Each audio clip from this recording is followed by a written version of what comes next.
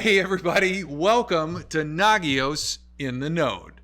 That's like the teletype machine.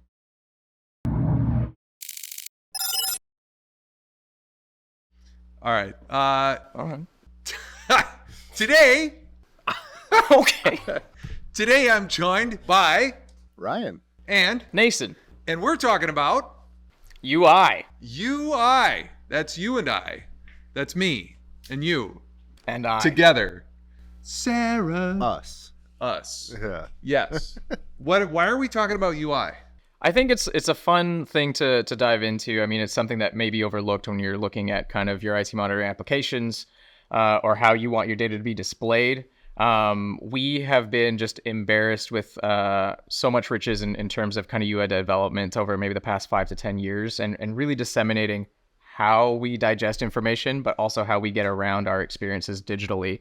And I think for us, it's something that we've taken to heart and we're excited to kind of bring to the fore in kind of our new releases. So I'm not going to steal thunder from you, Aaron. This is something that you should be talking about. Well, I mean, I could be talking primer. about this. I feel like you're using we in a couple of senses there. I feel like there was a we the that was royal sort we. of universal in terms of like humanity has received this wonderful gift of UI. And when you were saying embarrassed, I thought you were going to talk about our UI is so old. No. Tell us how you really feel. Do you know, it's classic. It absolutely, you know what you're going to get when you're getting in there. And I think really what it points out is the world has new expectations for UI. So the UI opportunity out there is huge. There's a great way to interact. There's a lot of things that we can do. And so, like, Ryan, what do you think the impact of UI is on users? I mean, it's tremendous. It's really an unspoken language when we're talking about UI and just speaking about this conversation. I think back to 2007 and the introduction to the iPhone. I mean, that introduced a whole new UI and how your daily life changed from that moment where everything's now in your hand through applications, and then the ability to navigate those applications in a similar pattern from one to another. I think it's just translated and grown to where we are today. So there is a certain expectation when it comes to UI and really how the UI performs.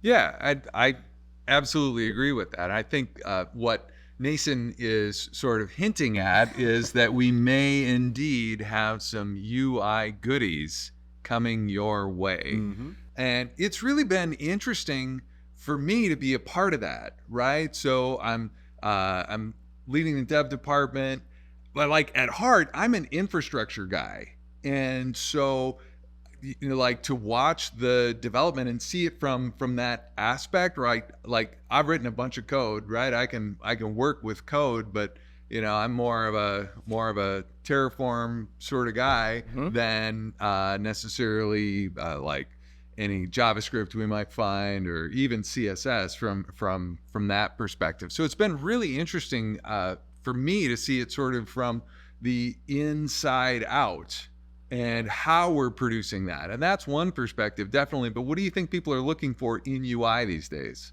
I think just intuition is kind of the big one, especially when you're talking about a product like ours, which has that kind of legacy background to it. Uh-huh. We are walking a very fine line right now between what someone who is currently using our software or has used our software for a good amount of time, muscle memory knows they know how to get from point A to point B, and what a new experience or a new interface can provide that will also kind of preserve that, but also make their jobs a little bit more truncated, a little bit easier to find that navigation.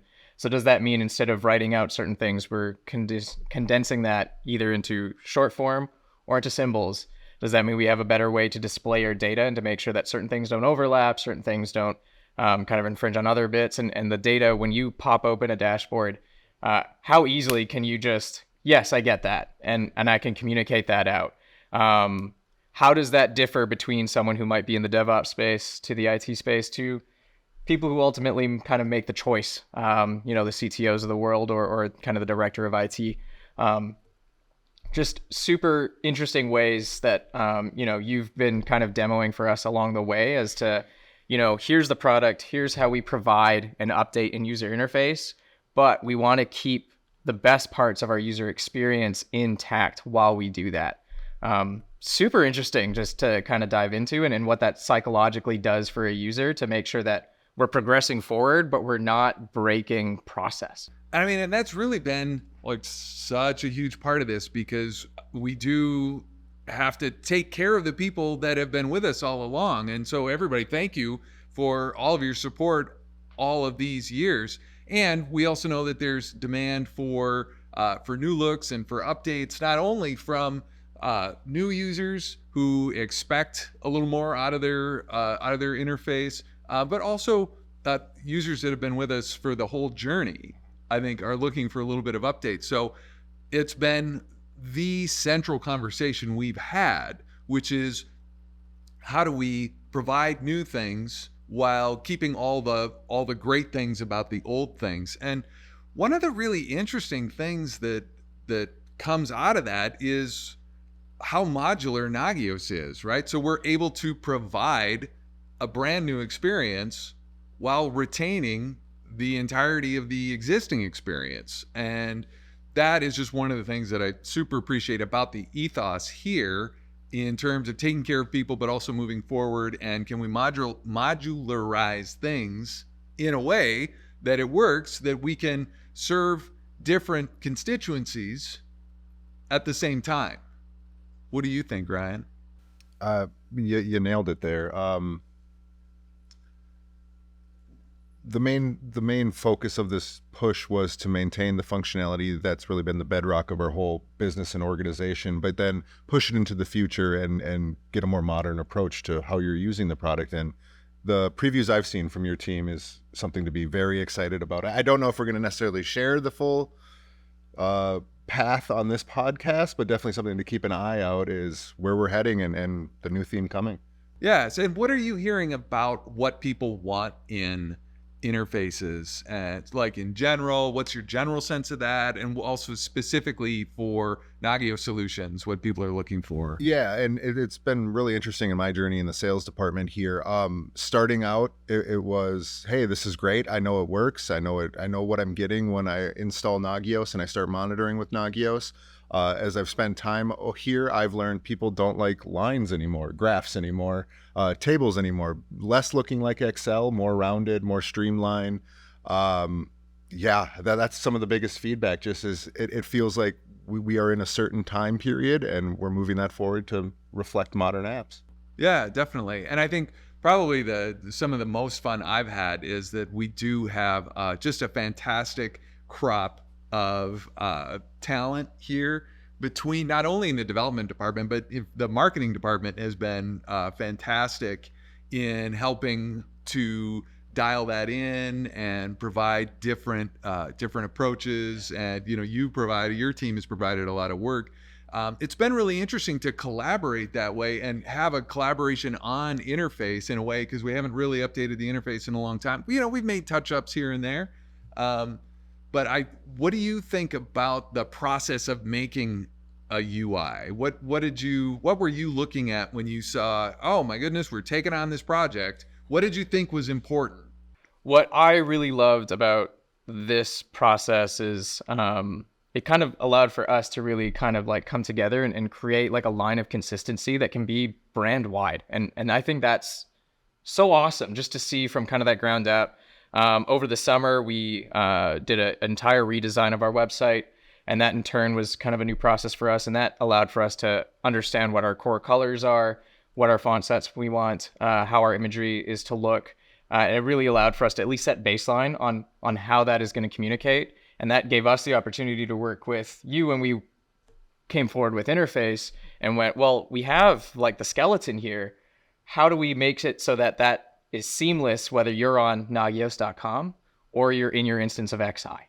And I think that is just the coolest thing ever, is that if you want to update your XI and you go to the changelog, it in a sense looks like you've never left the app. Like you're still at home in a sense, and you're still able to get the information that exact same way.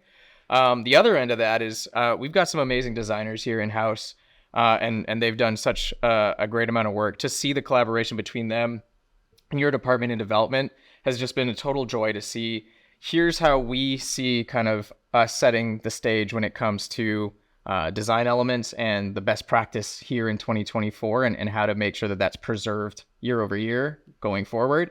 And then from your side, understanding here's how we're going to do it without risking anything on the back end, risking anything, again, in terms of that muscle memory, and making sure that at the end of the day, like, people who are enjoying Nagios are able to continue to enjoy it using this new format, this new user interface. Yeah. It's awesome. And I think one of the things that I'm super interested in is your comment, Ryan, about design being a language, because I didn't really think about it that way before we got into this process. And to see that we're able to come up with a language that, you know, crosses from our website into the solutions, into one solution, and then hopefully we'll be able to extend that language to other solutions as we take a look at how we're doing interface and how we're communicating in that way. What do you think is essential about that?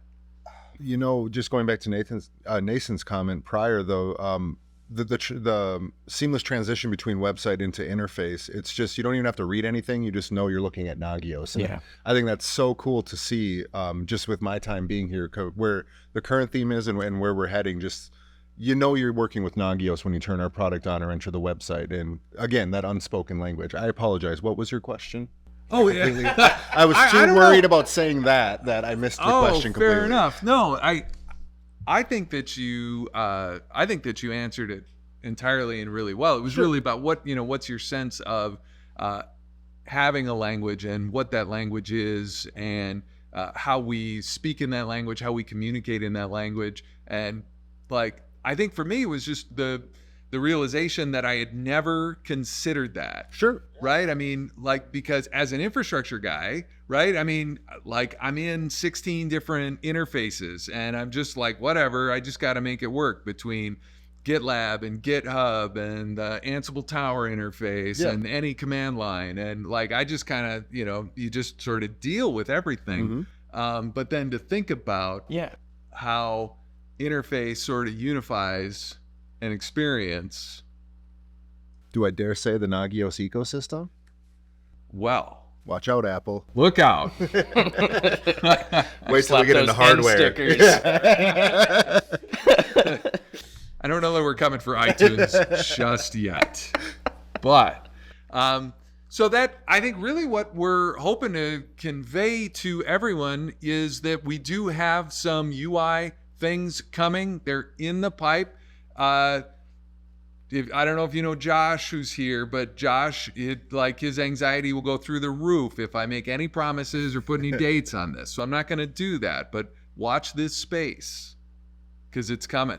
So final thoughts on these issues. Ryan, you're first. Yeah, just building on that, we are always listening and we want to hear from you. So if you have ideas for UI and what you'd like to see out of the product, please feel free to like, comment, subscribe. We're here to help. Nathan? And be sure to check out, we're going to have so much more content that's coming out on this with kind of that refresh of kind of XI's face. We're going to talk a lot about kind of the differences between Core and XI. So what having a GUI period can mean ahead of what we're currently doing. And then we're going to walk through it in a future webinar so you can actually see that live in action. Again, not going to promise any dates. Otherwise, we might not be at this desk for the next episode. You did what? If you want to blur it out, the date is, and then you just put that right over my lips right there. Yeah. Right.